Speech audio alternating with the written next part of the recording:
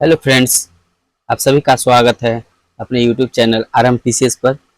आज हम लोग विश्व के भूगोल में चक्रवात, बादल, वर्षा ये सभी टॉपिक करने वाले हैं।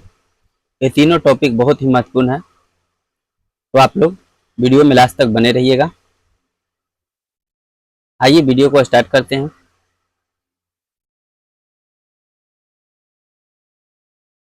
फर्स्ट टॉपिक है चक्रवात, साइक्लोन।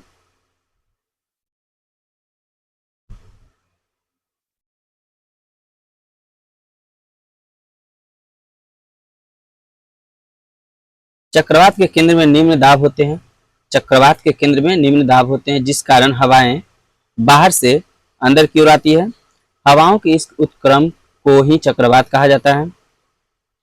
चक्रवातों की दिशा उत्तरी गोलार्ध में एंटी क्लॉकवाइज जबकि दक्षिणी गोलार्ध में क्लॉकवाइज होती है। चक्रवात की दिशा उत्तरी गोलार्ध में एंटी क्लॉकवाइज होता है, जबकि दक्षिणी गोलार्ध में क्लॉकवाइज होती है। चक्रवातों का आकार अंडा या भी के समान होता है।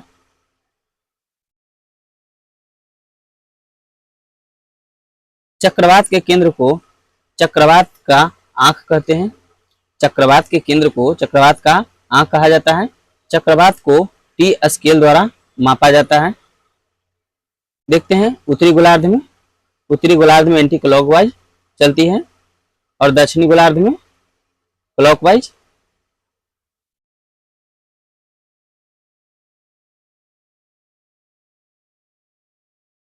विश्व के प्रमुख चक्रवात हैं। टोर्नेडो है। इसका आकार कीप के समान होता है। इसका आकार कैसा होता है? तो कीप का आकार का होता है। इसकी ऊपरी भाग पछाब बादल से जुड़ा होता है। जबकि निचला भाग भूमि से जुड़ा होता है। इसके आने से अंधेरा छा जाता है और मूसलाधार वर्षा होती है और भवन उड़ जाते हैं। यह सबसे खतरनाक है। यह अमेरिका में आता है। टोर्नेडो कहाँ आता है? तो टोर्नेडो अमेरिका के चक्रवात है।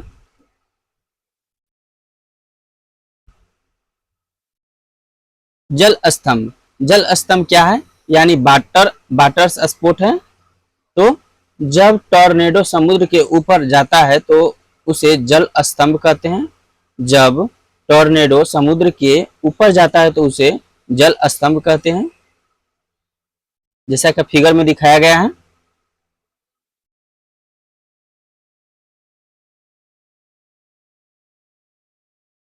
हरिकेन कहाँ आते हैं? तो कैरिबियन सागर में आते हैं। साइक्लोन बंगाल की खाड़ी में आती है। नीलम बांग्लादेश में।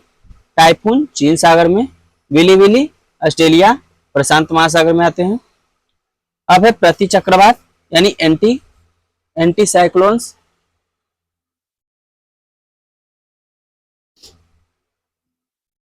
इसके केंद्र में उच्च दाब होता है, जिसके चारों तरफ वृत्ताकार समदाब रेखाएं होती है। केंद्र में उच्च दाब तथा बाहर की ओर अपेक्षाकृत निम्न वायु दाब होने के कारण ये हवाएं बाहर की ओर चलती है। यह खतरनाक नहीं होता है। प्रति चक्रवात उत्तरी गोलार्ध में क्लॉकवाइज तथा दक्षिणी गोलार्ध में एंटी क्लॉकवाइज चलती है। प्रति चक्रवात का आकार प्राय गोलाकार होता है, परंतु कभी कभी यह भी आकार में भी मिलते हैं।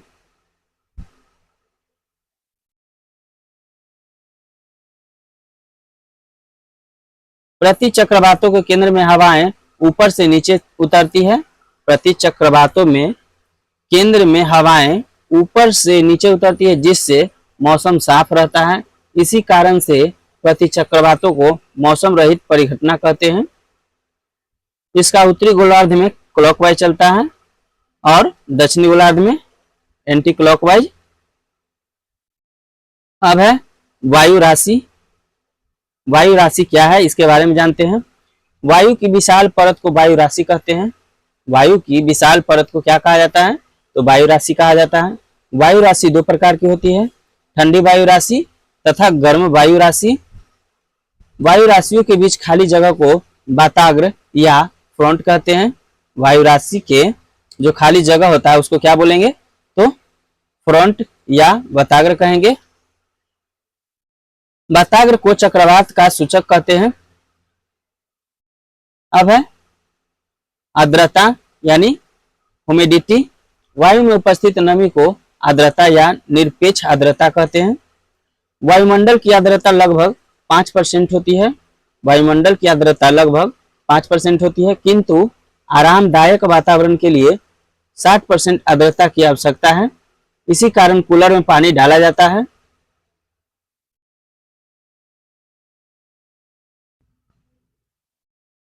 आर्द्रता सामर्थ्य यानी ह्यूमिडिटी कैपेसिटी, किसी वायु द्वारा आर्द्रता ग्रहण करने की अधिकतम क्षमता आर्द्रता सामर्थ्य कहलाता है।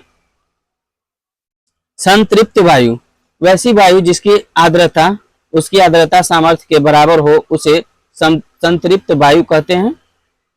यह गर्म नमी नहीं सोख सकती। इसकी सापेक्षिकता आर्द्रता 100% होती है।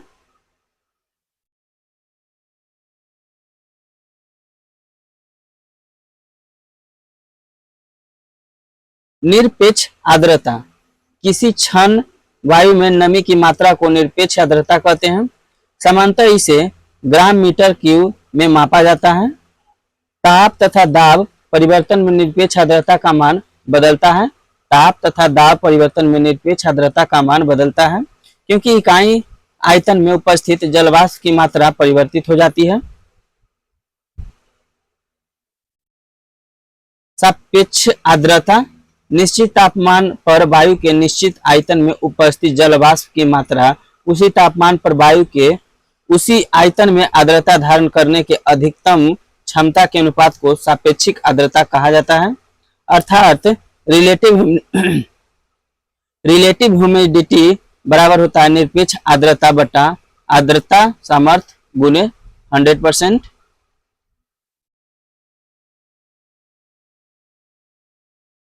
जल वाष्प की मात्रा जितना अधिक होगी सापेक्ष आर्द्रता उतना ही अधिक होगा। अगर हवा का तापमान बढ़ जाता है तो उसकी सामर्थ्य क्षमता भी बढ़ जाती है और सापेक्ष आर्द्रता कम हो जाती है। हवा की सापेक्ष आर्द्रता ही बाष्पीकरण की दर तथा मात्रा को निर्धारित करती है। एक वायु की आर्द्रता 20 है जबकि उसकी आर्द्रता सामर्थ्य 80 है, तो सापेक्षिक आर्द्रता ज्ञात करें। ये क्वेश्चन है, तो यहां से निकालने के लिए है रिलेटिव ह्यूमिडिटी बटा बराबर निरपेक्ष आर्द्रता बटा आर्द्रता सामर्थ्य गुणे 100% करेंगे तो इनका मान निकल जाएगा। फिर है वाष्पन। वाष्पन है अधिक तापमान के कारण जल का भाप बनकर ऊपर उठना वाष्पन कहलाता है। अधिक तापमान के कारण जल का भाप बनकर ऊपर उठना वाष्पन कहलाता है। जिस तापमान पर जल खौल जाता है उसे क्वथनांक कहते हैं। संघनन यानी कंडेंसेशन, ठंड के कारण भाप का जल में रूपांतरण होना संघनन कहलाता है। एग्जाम्पल में है ठंडे बर्तन के चारों ओर जल की बूंदों को आ जाना तथा ठंडे में मुंह से भाप निकलना संघनन के उदाहरण है। संघनन बाष्पीकरण का ठीक विपरीत प्रक्रिया है। संघनन क्या है? तो वाष्पीकरण का ठीक विपरीत प्रक्रिया है। ओस यानी ड्यू, जब संघनन की क्रिया धरातल पर ही हो जाती है तो उसे ओस कहते हैं। जब संघनन की क्रिया धरातल पर ही हो जाती है तो उसे ओस कहते हैं। एग्जाम्पल में है पत्थर, घास, पत्तियों आदि के ऊपर पानी के बूंदों के रूप में जमा होना, क्या है? ओस है यानी ड्यू। कोहरा, फॉग किसे कहेंगे? जब संघनन की क्रिया धरातल से कुछ ऊंचाई पर हो तो उसे कोहरा कहते हैं। यह अधिक खतरनाक होता है, इसमें दिखाई नहीं देता है।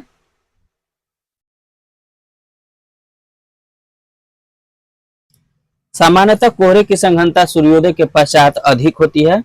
सामान्यतः जो कोहरा का सघनता होता है यानी सबसे ज्यादा होता है वो कब होता है? तो सूर्योदय के पश्चात अधिक होता है और यह दोपहर तक या दोपहर के पहले ही बिखर जाता है, किंतु शीत ऋतु में यह कई दिनों तक उपस्थित रह सकता है। सामान्यतः इसकी दृश्यता लगभग 300 मीटर तक मानी जाती है। कुहासा यानी मिस्ट किसको कहेंगे? यह भी कोहरे के समान ही होता है, किंतु इसमें दृष्टि की क्षमता कोहरा से अधिक होती है। इसमें जल की छोटी छोटी बूंदें हवा में तैरती रहती है। अब है बादल। जब संघनन की प्रक्रिया अत्यधिक ऊंचाई पर होता है तो बादल का निर्माण हो जाता है। क्या होता है बादल में? तो जब संघनन की प्रक्रिया अत्यधिक ऊंचाई पर होगा तो क्या होगा? वो बादल का निर्माण करेगा। पाला यानी तुषार, पाला या तुषार यानी फ्रोस्ट, यह ओस के समान होता है किंतु ठंड के कारण जम जाता है। इससे बचने के लिए खेत में पानी डाल देते हैं। हिमपात, बर्फीले इलाकों में बर्फ के छोटे छोटे टुकड़े गिरना हिमपात कहलाता है। ओशांक बिंदु क्या है? तो ओशांक बिंदु यह तापमान को दर्शाता है। वह तापमान जिस पर संघनन की क्रिया प्रारंभ हो जाए उसे ओशांक कहते हैं।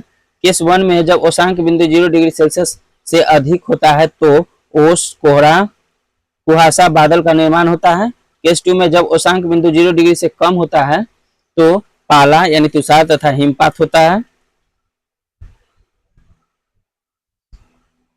अब है नेक्स्ट पॉइंट, क्लाउड्स यानी बादल। ऊंचाई पर संघनन की क्रिया के फलस्वरूप बादल बनते हैं। बाष्पो उत्सर्जन से भी बादल का निर्माण होता है। इसी कारण मरुस्थल में वर्षा नहीं होती है। बादल पृथ्वी पर ऊष्मा बनाए रखता है। इसी कारण बादलों वाली रात उमस भरी होती है क्योंकि यह गर्मी को जाने नहीं देती है। संपूर्ण पृथ्वी का 50% क्षेत्र पर हमेशा बादल छाए रहते हैं। संपूर्ण पृथ्वी का 50% क्षेत्र पर हमेशा बादल छाए रहते हैं। बादल हमेशा झुंड या समूहों में होते हैं। बादल क्या होता है? तो हमेशा झुंड या समूह में देखने को मिलता है। बादल कम घनत्व तथा सहायता के कारण उड़ते हैं। समुद्री क्षेत्र पर वर्षा अधिक होता है। समान बादल वाले क्षेत्र को मिलाने वाली रेखा को आइसोनेफ रेखा कहते हैं। समान बादल वाले क्षेत्र को मिलाने वाली रेखा को आइसोनेफ कहते हैं। वायुमंडल के स्तरों के आधार पर देखा जाए तो बादलों का निर्माण मुख्यतः क्षोभ मंडल तक ही सीमित होता है। क्या बोला जा रहा है कि अगर वायुमंडल के स्तर है उसके अनुसार अगर देखा जाए तो बादलों का निर्माण मुख्यतः क्षोभ मंडल तक ही सीमित हो जाता है। ऊंचाई के आधार पर बादलों को 3 श्रेणी में बांटते हैं। बादलों का वर्गीकरण ल्यूक हावर्ड ने 1802 ईस्वी में किया था। अगर प्रश्न आए कि बादलों का वर्गीकरण किसने किया था तो क्या बोलेंगे? ल्यूक हावर्ड 1802 में किया था। इसका 3 स्तर है। निम्न स्तरीय बादल यानी लो स्ट्रेट्स क्लाउड, यह क्या है? यह धरातल से 2 किलोमीटर की ऊंचाई पर पाए जाते हैं। मध्य स्तरीय बादल ये 2 से 6 किलोमीटर की ऊंचाई पर पाए जाते हैं और उच्च स्तरीय बादल ये 6 से 12 किलोमीटर की ऊंचाई पर पाए जाते हैं।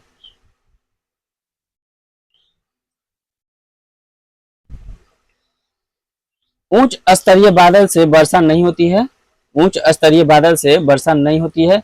इन्हें 3 भागों में बांटते हैं। पहला है पछाव बादल। सफेद के रंग के पंखों के समान प्रतीत होने वाले ये बादल पतले एवं विस्तृत रूप में बिखरे होते हैं। ये सबसे ऊंचाई पर पाए जाते हैं।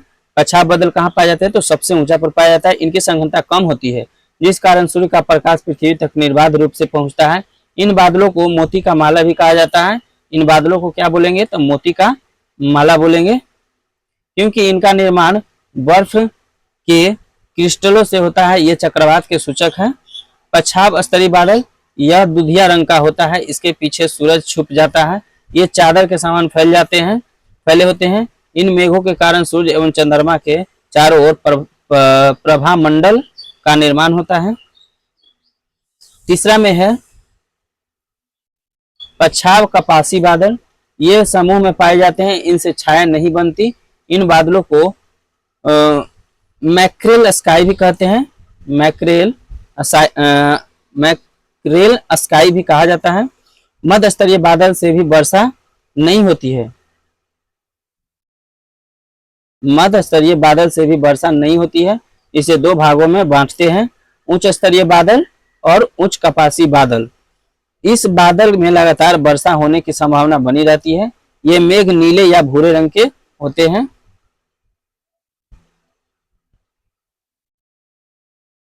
उच्च कपासी बादल, इस बादल को पताका मेघ के नाम से भी जाना जाता है। इस बादल से वर्षा नहीं होती है। ये बादल लहरदार धाराओं के रूप में पाए जाते हैं। वायु की लंबवत धाराओं के कारण इन बादलों का विकास ऊपर की ओर होता है। इसमें इंद्रधनुष की छटा दिखाई देती है। निम्न स्तरीय बादल से वर्षा होती है। इसे 4 श्रेणी में बांटते हैं। देखते हैं कौन कौन सा श्रेणी है। पहला है कपासी बादल, इससे वर्षा नहीं होती है। कपासी बादल से वर्षा नहीं होती। यह मेघ साफ मौसम का सूचक होता है। इनका विस्तार एवं संघनता से अधिक होता है। आकाश में यह मेघ रुई के ढेर जैसा नजर आते हैं। इनका लंबवत विकास अधिक होता है, जो देखने में गुंबदकार या फूलगोभी जैसा प्रतीत होता है। अस्तरी बादल, इससे वर्षा नहीं होती है। इससे भी वर्षा नहीं होती है। इन बादलों की लंबवत ऊंचाई कम लेकिन क्षैतिज विस्तार सर्वाधिक होता है, अर्थात यह असमान के विस्तृत हिस्सों पर फैले होते हैं। यह मेघ परतदार होते हैं तथा इनका निर्माण उष्मा के क्षय या विभिन्न तापमानों पर हवा के मिश्रित होने से होता है। वर्षा स्तरी बादल, इससे वर्षा होती है। वर्षा स्तरी बादल से क्या होगा? वर्षा होगी। यह भूरे रंग का होता है। इससे धीमी वर्षा लगातार होती है। ये बादल नीचे से ऊपर विशाल मीनार की तरह खड़ा प्रतीत होता है एवं विस्तृत क्षेत्र में फैले होते हैं। इनकी संघनता के कारण अंधकार छा जाता है।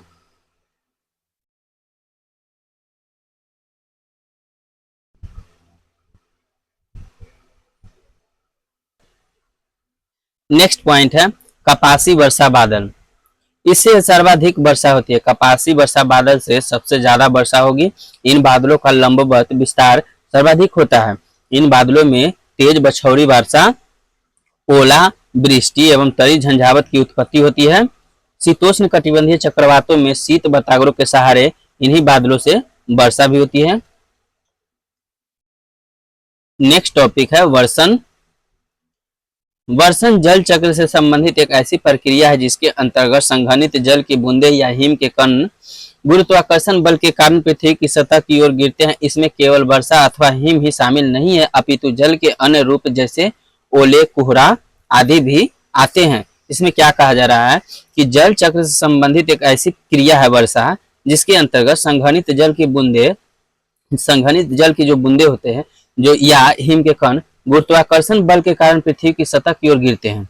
किस बल के कारण? तो गुरुत्वाकर्षण बल के कारण पृथ्वी पर गिरते हैं। इसमें केवल वर्षा अथवा हिम भी शामिल नहीं है, अपितु जल के अन्य रूप जैसे ओले, कोहरा आदि भी आते हैं।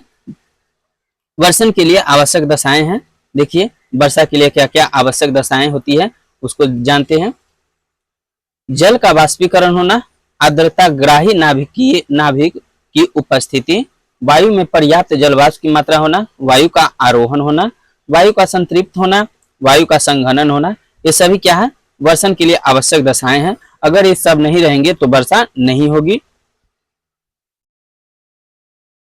फिर है जब संघनन 0 डिग्री सेल्सियस या उससे कम तापमान पर होता है तो वायुमंडलीय जलवाष्प का हिमकणों के रूप में परिवर्तन होता है, फलतः हिम वर्षा होती है। जबकि 0 डिग्री सेल्सियस से अधिक तापमान पर संघनन की क्रिया से जलवाष्प की जल बूंदों के रूप में परिवर्तन से जलवाष्प होती है, जल वर्षा होती है।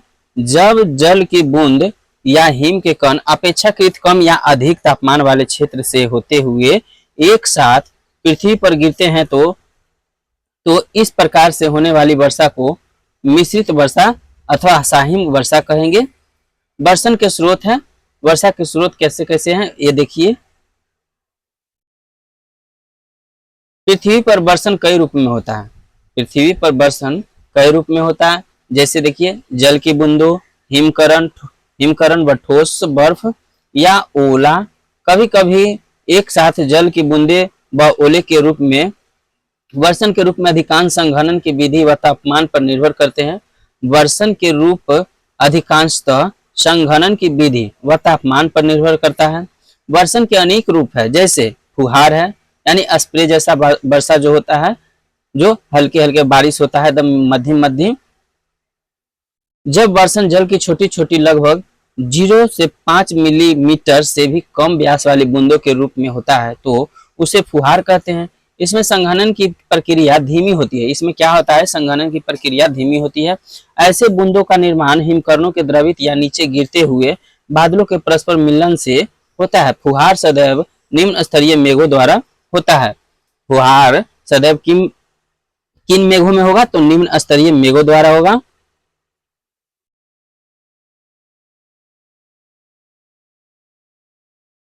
अब देखते हैं साहिम वर्षा। साहिम वर्षा क्या है, यानी स्लिट।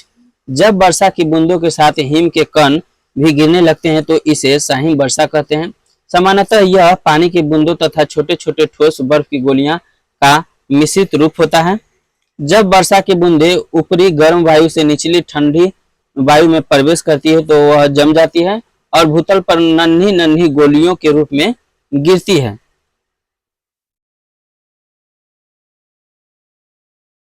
सीमित मात्रा में समय एवं क्षेत्र की दृष्टि से कभी कभी होने वाली साहिम वर्षा को कर्कापात कहते हैं। हिमपात जब संघनन हिमांक 0 डिग्री सेल्सियस से नीचे तापमान पर होता है तो वायुमंडलीय आर्द्रता हिमकणों में बदल जाती है। ये छोटे छोटे हिमकण मिलकर बड़े हिमकण बनाते हैं जो बड़े और भारी होकर धरातल पर गिरने लगते हैं। वर्षण के इस रूप को हिमपात कहते हैं।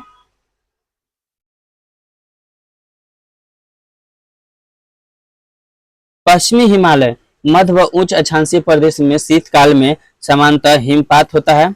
ओलावृष्टि, वर्षण के फलस्वरूप हिम के कण यदि गोले 5 से 50 मिलीमीटर व्यास वाला बन जाए तो इसके गिरने को ओलावृष्टि कहते हैं। सामान्यतः ये कपासी वर्षा मेघ के संघनन से बनते हैं। बादल फटना, बादल फटना क्या होता है?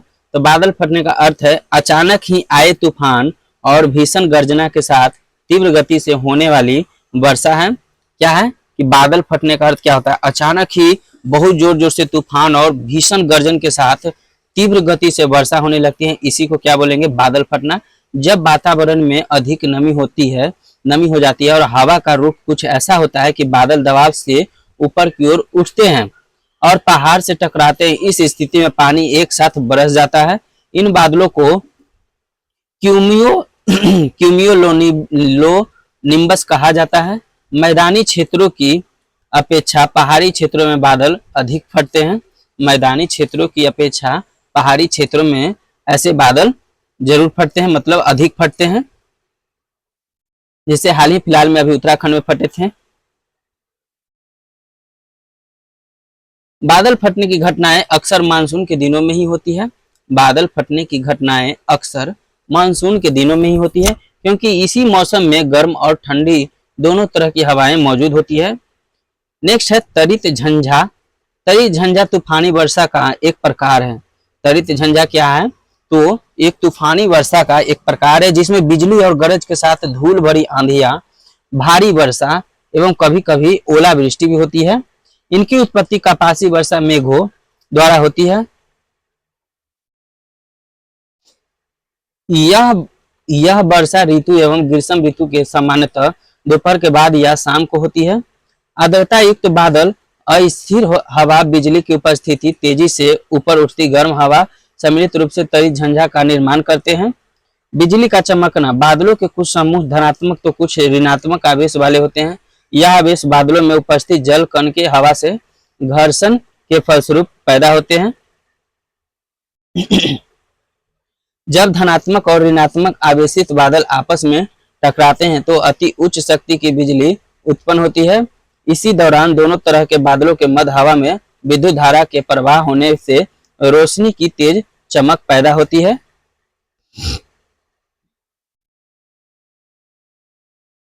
नेक्स्ट है रेनफॉल यानी वर्षा। संघनन के फलस्वरूप बादल को जल में रूप लेना, संघनन के फलस्वरूप बादल को जल में रूप लेना वर्षा कहलाता है। वर्षा वर्षण के रूप में होता है। देखिए फिगर में दिया गया है, बादल पहले सागर है, सागर से बाष्पीकरण होगा, बाष्पीकरण से क्या होगा? तो बादल बनेगा। ये फूल पत्ती है, पेड़ पौधे, इसे उत्सर्जन होता है। वर्षा के प्रकार दिया गया है। वर्षा कितने प्रकार के होते हैं? वर्षा 3 प्रकार का होता है। कौन कौन है? तो संवहनीय वर्षा है, चक्रवाती वर्षा है और एक है पर्वतीय वर्षा। संवहनीय वर्षा के बारे में जानते हैं। यह विषुवत रेखा के पास होती है। संवहनीय वर्षा कहाँ पर होती है? तो यह विषुवत रेखा के पास होती है क्योंकि वहां गर्मी अधिक पड़ता है। और बादल अधिक बनते हैं, जिस कारण प्रतिदिन 2 से 4 बजे तक वर्षा होती ही है। विषुवत रेखा पर मतलब कि 2 से 4 बजे के बीच में यानी शाम के टाइम में लगभग वहां हर दिन बारिश होता है। यह वर्षा फुहार के समान होती है, मूसलाधार नहीं होती है। वहां पर जो वर्षा होगी वह फुहार के समान होगी, मूसलाधार वर्षा नहीं होती है। चक्रवाती वर्षा यह समुद्र के किनारे होती है, क्योंकि समुद्र का जल भाप बनकर बादल बना लेता है और अपने समीप वाले स्थल पर बरस जाते हैं। इस वर्षा से चक्रवात उत्पन्न हो जाता है। यह है गर्म वायु है जो ऊपर उठती है, संघनन मेघों का निर्माण होता है। चक्रवातीय वर्षा यहाँ से होता है। ठंडी वायु, भारी वर्षा, बताकर ये सब फिगर में दिया गया है, आप लोग भी फिगर देखकर समझिएगा। फिर है पर्वतीय वर्षा। पर्वतीय वर्षा किसे कहेंगे, ये देखिए।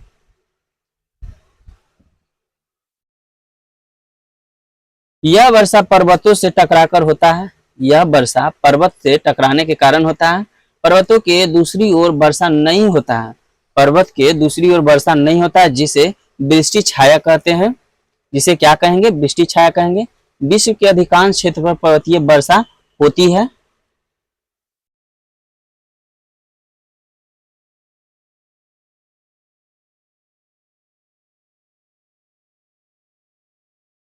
कृत्रिम वर्षा। अब देखिए कृत्रिम वर्षा यानी आर्टिफिशियल रेनफॉल। वायुयान की सहायता से आकाश में सिल्वर आयोडाइड का छिड़काव किया जाता है। क्या बोला जा रहा है कि जो वायुयान का सहायता से क्या किया जाता है आसमान में, तो सिल्वर आयोडाइड का छिड़काव किया जाता है। यह सिल्वर आयोडाइड आकाश में उपस्थित जलवाष्प के कणों को आकर्षित करके बड़े बादल का रूप दे देती है, जिससे वर्षा हो जाती है। इसे मेघ बीजन भी कहते हैं। एग्जाम्पल है यूएई में इस तरह के बारिश करवाया जाता है। नोट, वर्षा रोकने के लिए आकाश में रॉकेट छोड़ते हैं, जिससे कि बादल बिखर जाते हैं और वर्षा रुक जाती है। देखिए अब है स्मरणीय तथ्य। ये बहुत ही इंपॉर्टेंट है दोस्तों, आप लोग इसे बहुत ही ध्यान से याद रखिएगा। यहीं से अब ज्यादा प्रश्न बनेंगे आपके एग्जाम से। वो सब तो थियोरी थे, वो सब आपके लिए समझने के लिए थे। यहाँ से देखिए 35 से 40 डिग्री उत्तरी एवं दक्षिणी अक्षांशों के बीच पूर्वी तटों पर अधिक वर्षा होती है। जो 35 और 40 डिग्री का जो अक्षांश होता है उत्तरी और दक्षिणी वाला, वहां पर अधिक वर्षा होती है, जबकि पश्चिम की तरफ बढ़ने पर यह कम होती जाती है।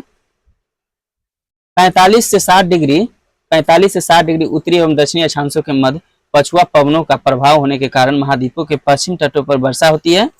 अब वर्षा अधिक होती है, जबकि पूर्व की तरफ बढ़ने पर वर्षा की मात्रा में भी कमी आती है।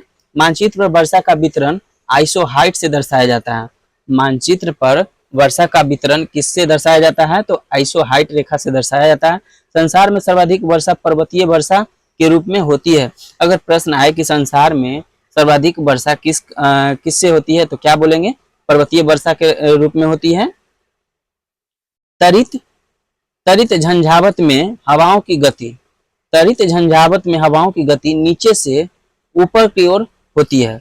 विषुवत रेखीय प्रदेश में दोपहर के पश्चात 3 से 4 बजे के आसपास संवहनीय वर्षा होती है, जिसे 4 o'clock रेन कहते हैं। राजस्थान में पश्चिमी विक्षोभ से होने वाली मूसलाधार वर्षा को मावट कहते हैं। देखिए जो राजस्थान में पश्चिमी विक्षोभ से जो होती है मूसलाधार बारिश यानी तेज बारिश होती है, उसे क्या कहेंगे, तो मावट कहते हैं।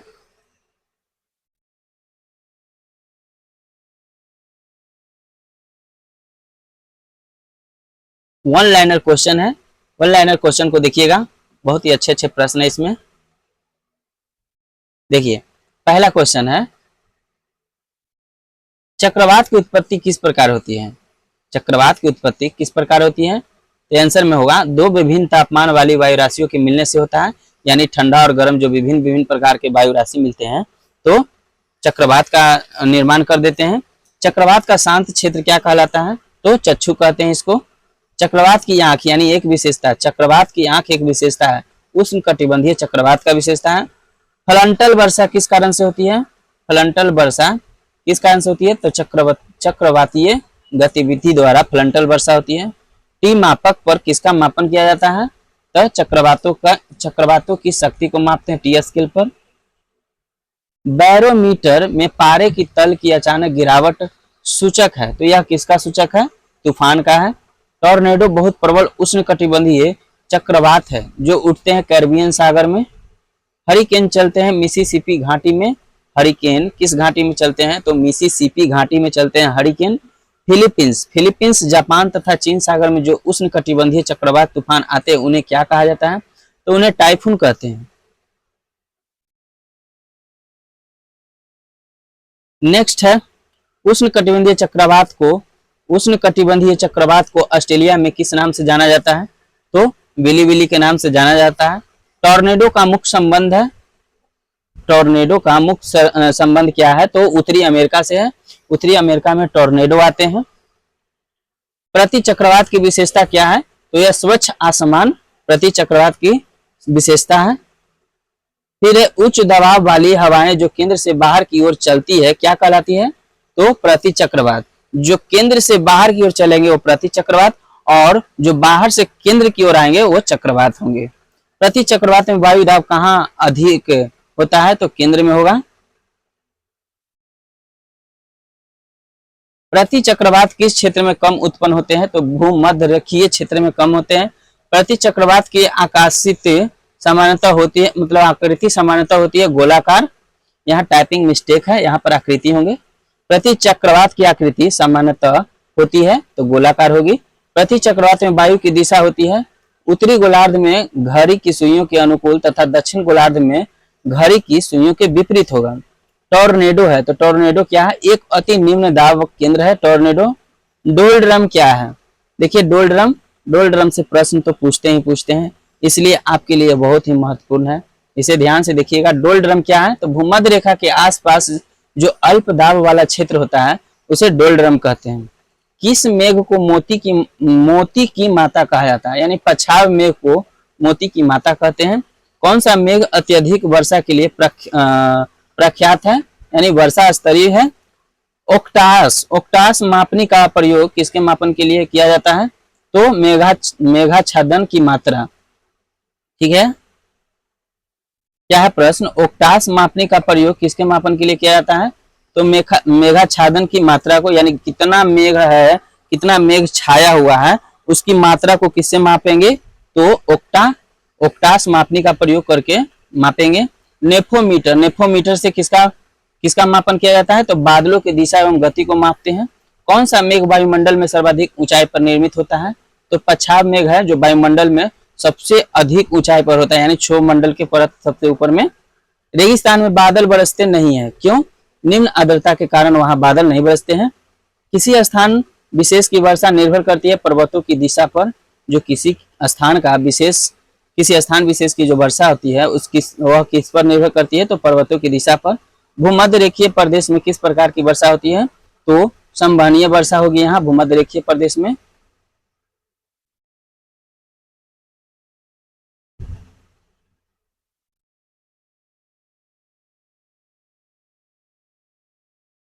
नेक्स्ट पॉइंट है शीतोष्ण कटिबंधीय क्षेत्रों में सामान्यतः किस प्रकार की वर्षा होती है? तो चक्रवातीय होगी। शीतोष्ण कटिबंधीय क्षेत्रों में सामान्यतः किस प्रकार की वर्षा होगी? तो चक्रवातीय। पवन विमुख ढालों की अपेक्षा पवनाभिमुख ढालों पर वृष्टि अधिकांश होती है, यह किस वर्षा की विशेषता है? तो पर्वतकृत है। संसार की अधिकांश वर्षा किस रूप में होती है? तो पर्वतीय वर्षा के रूप में होती है। किस क्षेत्र में साल भर वर्षा होती है? तो भूमध्य सागरीय प्रदेश में होती है, वहां पर सालों भर वर्षा होती है। किस क्षेत्र में जाड़े की ऋतु में ही वर्षा होती है? तो भूमध्य सागरीय प्रदेश में।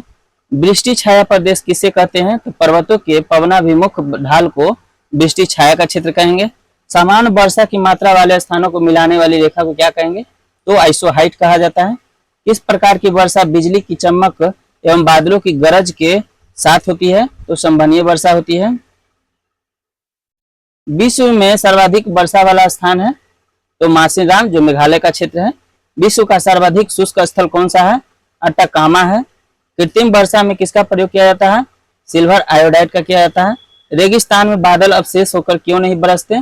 कम आर्द्रता के कारण। सर्वाधिक ऊंचाई के बादल हैं पच्छाव स्तरीय बादल हैं। किस प्रक्रिया में जल वाष्प गैस से तरल अवस्था में बदल जाता है? संघनन। मेघों का निर्माण किस प्रकार होता है? अस्थिर वायु द्वारा होता है। पछा मेघों का रंग श्वेत और बनावट कैसी होती है? पक्षी के पतले पैरों जैसी होती है। नेक्स्ट है, अब वस्तुनिष्ठ प्रश्न आ गए हैं। अब देखते हैं प्रश्न को, देखते हैं कैसा कैसे प्रश्न है इसमें। देखिए, संयुक्त राज्य अमेरिका में निम्नलिखित में से किस क्षेत्र संयुक्त राज्य अमेरिका में निम्नलिखित में से किस क्षेत्र का टोर्नेडो एली कहा जाता है? आंसर हो जाएगा मिसिसिपी मैदान को क्या कहा जाता है? तो टोर्नेडो एली कहेंगे। नेक्स्ट प्रश्न है, कथन और कारण है, इसे बताना है।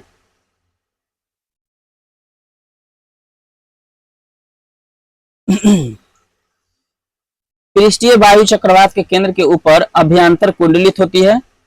कारण है, हवा चक्रवात के केंद्र में आरोहित होता है। आंसर ए और आर दोनों सही है। आर ए की व्याख्या भी सही है, ऑप्शन नंबर ए।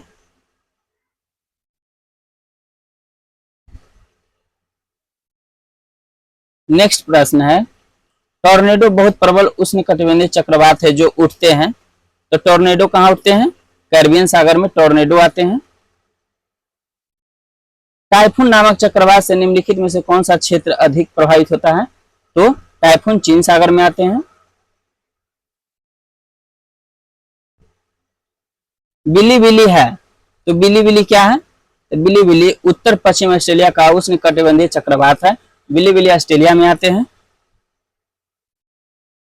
नेक्स्ट प्रश्न है 6 नंबर का, उष्णकटिबंधीय यानी ट्रॉपिकल अक्षांशों में दक्षिणी अटलांटिक और दक्षिण पूर्वी प्रशांत क्षेत्र में चक्रवात उत्पन्न नहीं होता है। इसका क्या कारण है? कारण है, समुद्री पृष्ठों के ताप निम्न होते हैं। नेक्स्ट प्रश्न है, निम्न में से किसे आप सामान्य रूप से टोर्नेडो से संबंध करेंगे? आंसर हो जाएगा डी, यूएसए। अमेरिका में टोर्नेडो आते हैं। अब है, चक्रवात के दिए गए रेखा चित्र में एबीसीडी से अंकित क्षेत्र में किस एक में भारी मूसलाधार अल्पकालिक तरी झंझावार वर्षा होती है? तो इसे बताना है। तो देखिए, चित्र में दिया गया है, स्पष्ट तो नहीं दिखाई दे रहा है, बट इसका आंसर हो जाएगा डी।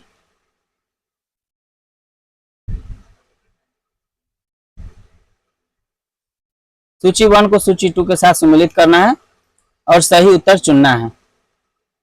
आइए मिलाते हैं।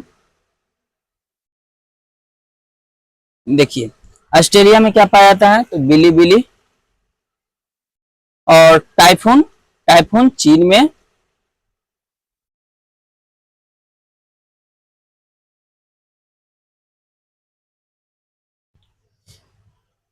भारत में क्या आते हैं? तो चक्रवात आते हैं।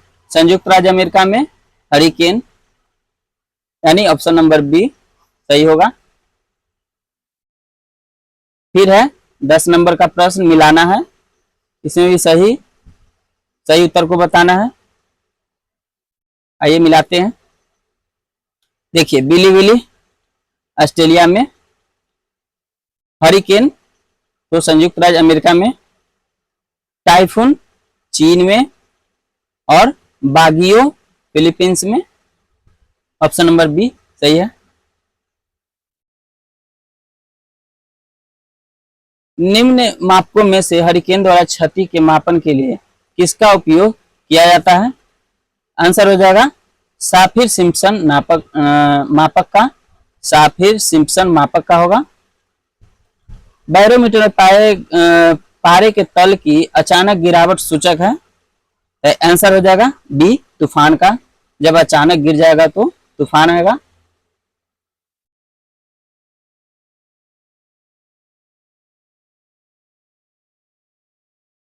नेक्स्ट है, निम्न चक्रवातों में से किसने भारत को प्रभावित नहीं किया था? आंसर है बी, नरगिस। बाकी आयला, थाने, नीलम ये सभी प्रभावित किया था। 14 नंबर प्रश्न है, यह मिलान करना है, उष्णकटिबंधीय और देश है, तो मिलान करना है।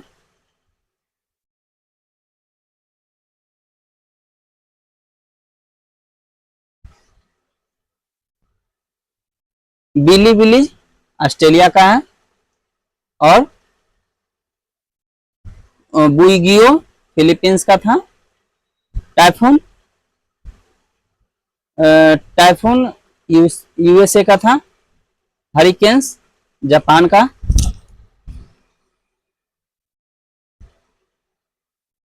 ए का 3, ए का 3 होगा, बी का 4 और सी का 1, डी का 2। ऑप्शन नंबर डी होगा।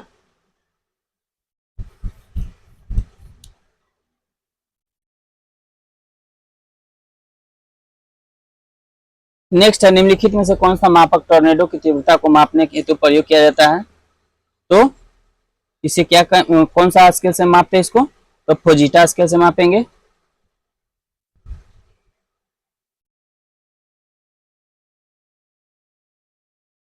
मिलान करना है।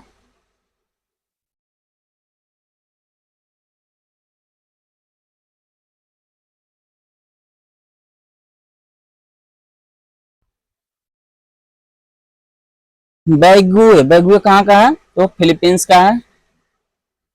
हरिकेन, हरिकेन कहाँ का है? संयुक्त राज्य अमेरिका का है। और टाइफून, टाइफून चीन का है। विली विली ऑस्ट्रेलिया का है। ऑप्शन नंबर बी सही होगा।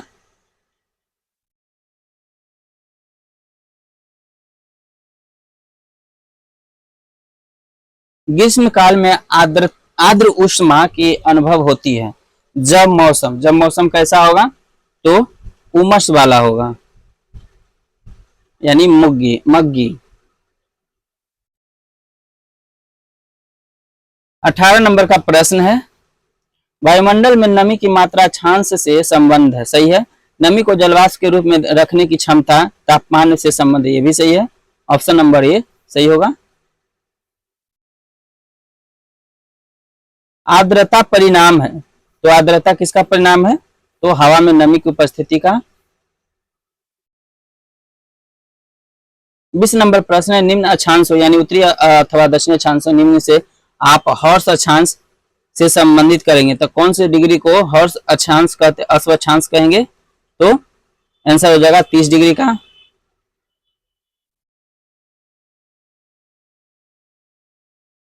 निम्नलिखित कथन पर विचार कीजिए। सागरों के ऊपर लगभग 30 डिग्री से 35 डिग्री उत्तर और दक्षिण अक्षांश पर विद्यमान 2 कटिबंधों में से प्रत्येक हर्ष अक्षांश कहलाता है। तो ये क्या है? कथन है। और हर्ष अक्षांश निम्न दाब कटिबंध है। इसका आंसर हो जाएगा ए, केवल एक सही है।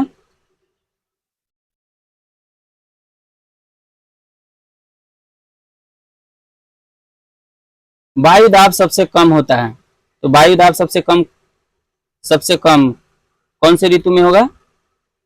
आंसर हो जाएगा ग्रीष्म ऋतु में। 23 नंबर का कथन और कारण दिया गया है। दोनों गोलार्ध के 60 से 65 डिग्री अक्षांशों में उच्च दाब की बजाय निम्न दाब की पट्टिका होती है। कारण है, निम्न दाब क्षेत्र भूमि पर नहीं बल्कि महासागरों पर अस्थायी होते हैं। आंसर हो जाएगा सी, ए सही है परंतु आर गलत है।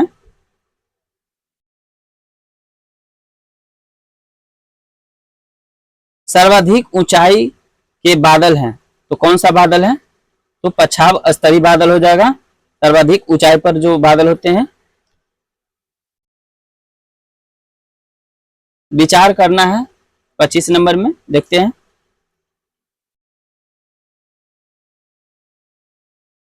जलवायु और भूगोल विषय तथ्यों पर विचार कीजिए। आंसर हो जाएगा 1, 2, 4 यानी संघनन, उच्चतम एवं आर्द्रता और ऊर्ध्वाधर हवा।